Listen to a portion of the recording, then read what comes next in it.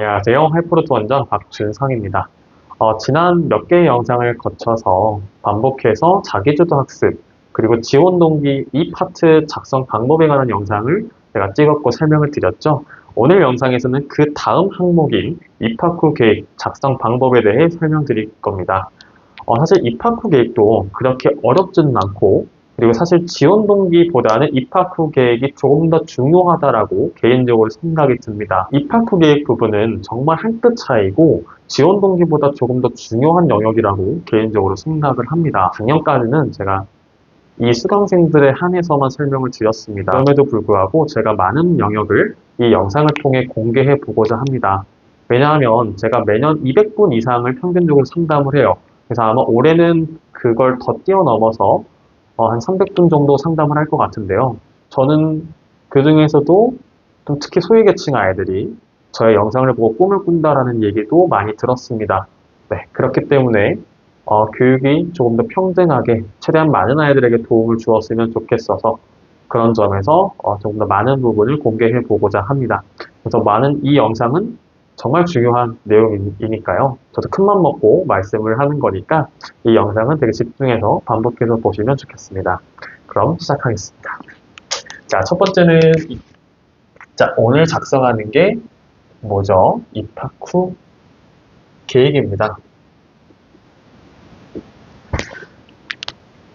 자, 입학 후 계획은, 그러니까 입학 후 계획만 단독으로 놓고 볼 게 아니라 다른 영역, 5가지 항목이랑 계속 유기적으로 연결해서 생각을 해보셔야 돼요. 그러면 제가 지금까지 설명드렸던 지난 영상을 한번 복기를 해보고 그 다음에 이 부분 설명을 드릴게요. 자, 우리가 입학 후 계획을 적기 전에 2가지 항목을 먼저 적었죠? 뭘 적었죠? 우리가 먼저? 자, 자기주도 학습을 맨 처음에 적는다 했죠? 그 다음에 뭘 적었죠? 지원 동기 적었죠? 그 다음에 우리가 어떤 거죠? 세 번째인 입학 후 계획을 적는 겁니다. 그러니까 이렇게 내가 어떤 항목을 적기 전에 어떤 걸 다음으로 쓰고 어떤 걸 전에 쓰는지 이렇게 유기적으로 조금 더 연결해서 생각해 볼 필요가 있습니다. 유기적으로, 이 단어 꼭 기억하세요. 유기적으로. 그러니까 단독으로 놓고 보는 게 아니에요. 자, 그러면 자기주도 학습은 본질적으로 어떤 내용을 담는 거죠?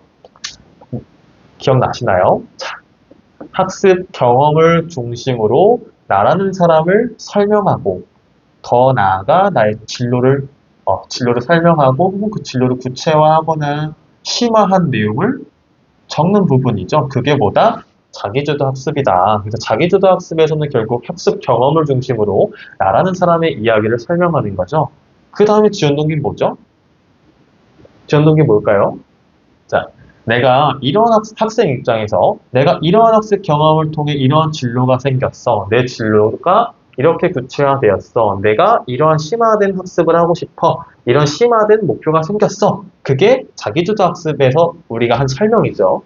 그럼 그 다음은 근데 내가 그 꿈을 이루려고 보니 이러한 환경이나 이러한 교육이나 혹은 이러한 인재들 그러니까 같이 공부하는 친구들이나 선생님들, 강사진들이 되겠죠. 이런 것들, 그리고 너희 학교가 가진 이런 전반적인 학교의 특성이 나의 꿈을 이루는데 이러이러한 점에서 필요해.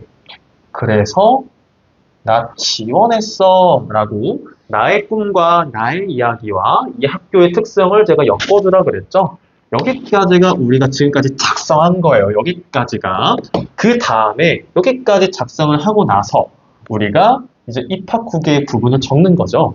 그러면 면접관이 다시 되물어볼 겁니다. 그래, 알겠어. 너가 이러한 학습 경험을 통해서 이러한 꿈이 생겼고 그 꿈을 이루기 위해 이러이러한 점이 필요한데 그거를 우리 학교가 갖췄으니 지원을 했구나. 오케이. 자, 그러면 우리 학교 와서 구체적으로 뭐 할 건데 그 계획을 설명해봐. 그게 뭐다? 입학 후 계획이라는 거죠. 그러니까 그런 점에서 유기적으로 생각하는 연습을 해야 된다는 거. 그게 첫 번째 키포인트고요. 그 다음에 두 번째는 정말 이것도 한 끗 차이입니다. 우리가 학교에서 하는 학교 프로그램이나 혹은 뭐 그 안에 있는 어떤 명칭이라던가 혹은 뭐 커리큘럼이나 혹은 뭐 동아리나 이런 것들을 우리가 뭐 언급을 하겠죠. 그런데 이것도 단순히 나 이런 프로그램 참여할 거야. 너희 학교에 있는 이런 교내 프로그램 이거 나 참가할 거야. 나 너희 학교에 무슨 교내에 무슨 의과학 동아리 있더라. 외교 탐구, 외교 관련한 외교 분쟁을 토론하고 토의하는 동아리 있더라. 모의유엔 동아리 있더라. 라고 들어갈 거야. 라고 뭐다? 단독으로 적는 게 아니라는 거죠. 입학 후 계획 부분을 적을 때 가장 키포인트, 두 번째 키포인트는 내가 어떤 동아리를 한다던가 혹은 이 학교 프로에 내가 참여하고 싶은, 내가 신청하고 싶은 학교 프로그램만 단독으로 설명하는 게 아니라 어떻게 나의 이야기랑 나랑 이 학교 프로그램이랑 엮어줘야 된다는 거. 내가 하고 싶은 이 학교 프로그램 명칭과 구체적인 내용, 학습 방향이랑 나를 엮어줘야 된다는 거. 나를 엮어줘야 된다는 거. 내가 하고 싶은 동아리가 예를 들어 모의유엔 동아리다. 혹은 의과학 탐구 동아리다. 철학 동아리다. 뭐 외교 관련 동아리다. 그러면 나 그 동아리 하고 싶어가 아니라 내가 이러이러한 점 때문에 이러이러한 걸 탐구하고 싶어서 이 학교 프로그램 참가하고 싶어. 내가 이전에 이러이러한 공부를 한 적이 있는데 그때 이런 호기심이 생겼거든. 근데 그걸 이 동아리에서 너희 학교 입학해서 해보고 싶어.